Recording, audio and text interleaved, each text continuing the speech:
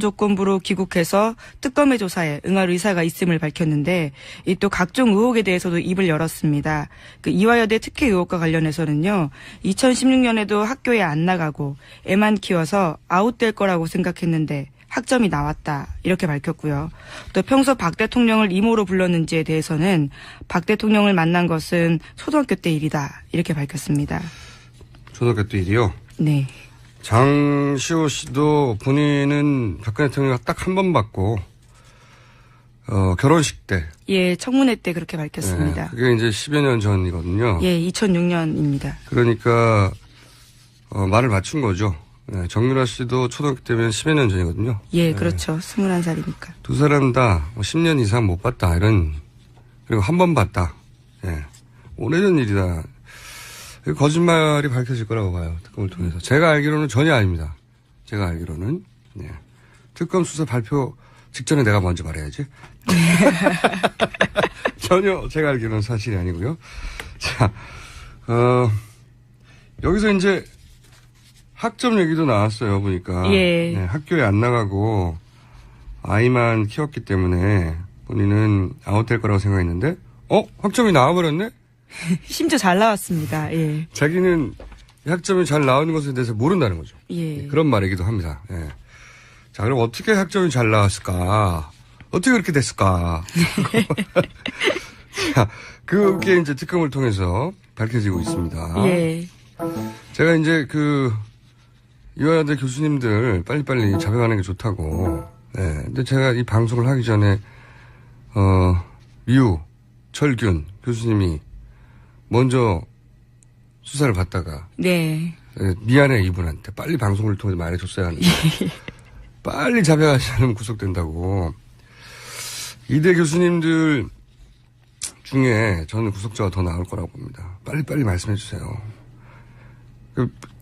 교수님들 이런 게 있습니다. 자기 논리 있잖아요. 예. 본인들이 굉장히 이제 그 분야에서 어쨌든 학문적으로 성과를 거둔 분이다 보니까 기본적으로 자기 논리가 있잖아요. 자기 논리대로 잘 설명하면 학생들은 끄떡끄떡 해주고 학부형도 끄떡끄떡 해주고 네, 교수님들도 상대방 동료들도 끄떡끄떡 해줄 수 있는데 검찰은 끄떡끄떡 해주지 않아요. 예. 이분들 그렇게 생각하고 이화관 구속됐죠. 예, 거기부터 얘기해 볼까요? 예, 이화여대 류철균 교수, 그러니까 필명으로도 유명하죠. 이인하 소설가인데요. 이 특검에 이제 구속영장이 떨어졌습니다. 오늘 오전 1시 31분에 영장이 발부된 건데요. 이 범죄 사실이 소명되고 증거인멸의 우려가 있다라면서 이 영장 발부 이유를 밝혔습니다. 제가 보기엔 이대 교수님들 중에 한 2분 정도는 더 구속될 가능성이 높다. 예. 저는 그렇게 생각이 드는 것이 이분 말고 이제 중요한 연결고리라고 의혹을 받고 있는 김경수 교수. 예. 네. 본인은 관련 의혹을 청문회에서는 전면 부인했죠. 예, 네. 그렇습니다. 전면 부인한 것이 이분한테는 더욱 큰 뭐랄까요? 위증 혐의가 될 수도 있고요. 그렇죠. 부담. 예. 부담이 되고 있어요. 그거를 다시 뒤집으면 제가 경감됩니다. 내가 위증했다고. 그게 아니라 본인이 위증하지 않았다고 계속 주장하면, 네. 이분처럼 구속되기 딱 십상인 상황에 있다는 거. 아까 제가 교수님들은 자기 논리를 내세우면 될 거라고 이렇게 착각하는 경향이 있다고. 그런 세계에 살고 계셨었거든요. 네네. 그래서 이제, 본인이 자신을 변호하는 논리도 참 재밌어요. 류철균 교수. 예.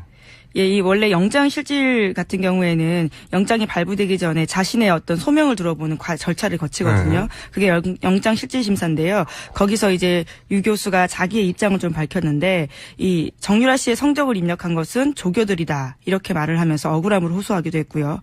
또 이 학생에 대한 채점은 교수 본인의 업무이기 때문에 이 죄가 되지 않는다. 이런 주장도 했습니다.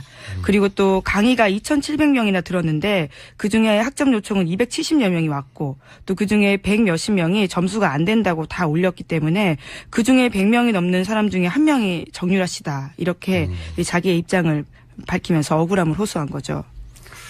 변명이 재밌어요. 이게 국내에 없는데 답안지가 있단 말이죠. 예, 그렇죠. 네. 그러니까 성적을 올려줬다고, 그러니까 이런 얘기 변명이거든요. 자기가 이제 굉장히 많은 수강생이 있고, 학생들 중에는 이제 학점이 부당하다고, 교수님 이거 좀 올려주세요. 항의하고, 그중에 다시 검토해봤더니 그런 요인이 있어서 100명 정도 올려준 적도 있고, 네, 그중에 한 명일 뿐이다. 이런 거잖아요. 성적을 올려준 게 아니고 만들어준 겁니다. 네. 시험을 쳐야 성적이 있는 거죠. 예, 대리답안지였죠. 예. 예, 100명은 시험을 쳤는데 점수가 낮아서 올려준 케이스겠죠. 근데 정렬한 수강도 하지 않고 시험도 안 쳤으니까 올려준 게 아니고 없던 점수를 만들어준 거죠. 예, 그렇습니다. 답안지 보면 실제로 아예 이제 다 마케트를 만들지도 않고요. 몇 개를 일부러 틀리게 만들어서 마치 실제로 본인이 쓴 것 마냥 보이게 하는 이 좀 기술도 들어가 있더라고요. 그 성적을 입력한 것은 조교들이다. 맞죠. 다만 여기서 내가 시켜서가 빠졌던 거죠. 예. 그러니까 교수님들이 가지고 있는 자기 논리들이 있잖아요. 이렇게 해서 이렇게 한 것이다. 요 앞에 내가 시켜서가 빠졌잖아요. 검찰은 그런 걸 보는 겁니다.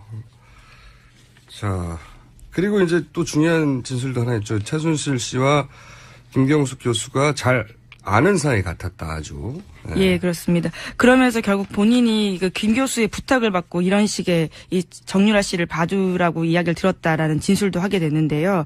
이 지난해 4월 달에 이 김경숙 교수한테 3번 정도 부탁을 받고 이 두 모녀를 만났었고, 그때 김경숙 교수는 이 정윤의 딸이 학교에 들어왔는데 정윤의 딸이라는 이유로 왕따를 당했다. 그래서 우울증에 걸렸기 때문에 학교가 도와줘야 한다. 이런 논리를 펼치면서 본인에게 부탁을 했다라는 겁니다. 네.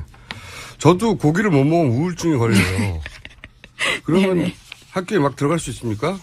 시험 성적도 잘 받고 말도 안 되는 소리인데, 여기서 이제 또 김경숙 전 교수가 모든 걸 부인했는데 청문회에서 어떻게 말했는지 한번 들어보겠습니다.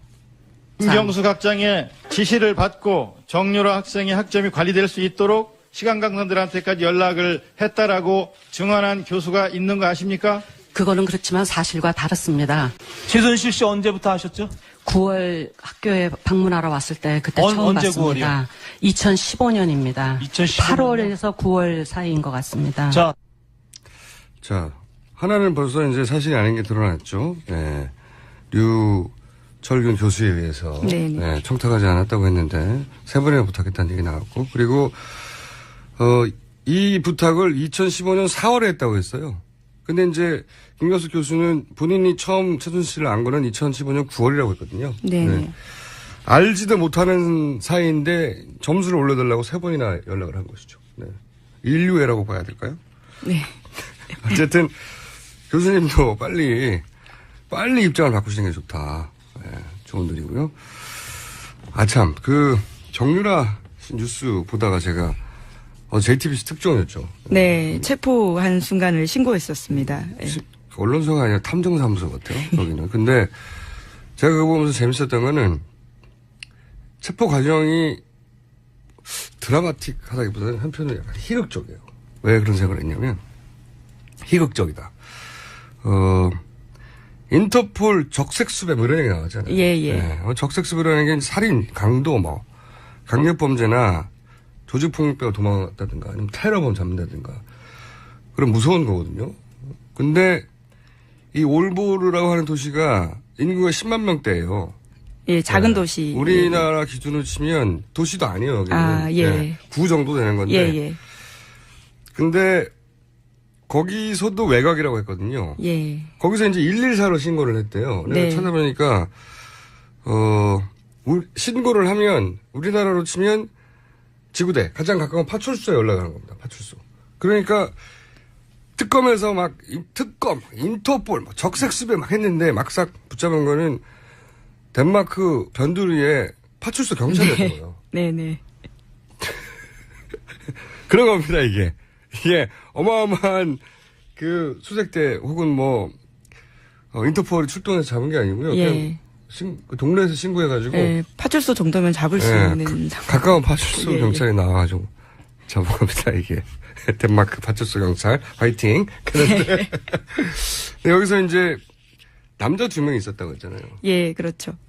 20대 남성 2명. 네, 이 남성들의 신원을 확인해야 된다고. 이 남성들이 뉴스에서 사라질 것 같은데 예. 그 아이를 이제 담당하고 있던 보모 역할을 하던 분은 계속 있겠죠. 근데 이 남성들이 사라질 거라고 봐요. 이 남성들을 찾아야 된다. 그 중에 한 명은 네. 그 정유라 씨와 함께 계속 있었던 그 마을 관리사여서 이아무개 씨라고요. 네. 거기 남편 신주평 씨와 그리고 신주평 씨 친구와 함께 그 계속 같이 생활을 하면서 이 단체 카카오톡도 하고 했던 그게 분이거든요. 확인되나요? 예, JTBC는 예, 들어가서 누군지 확인하지 못했는데 아직. 예, 저희 이제 이게 추정 아직까지는 뭐 취재하고 김은지 있는 기자는 어떻게 중인데요. 알죠 그것을? 그 지역회 같은 JTBC 기자도 몰랐는데 저는 이 두 사람을 확인해 봐야 된다고 생각합니다. 네. 일반인들이 아닐 수도 있고.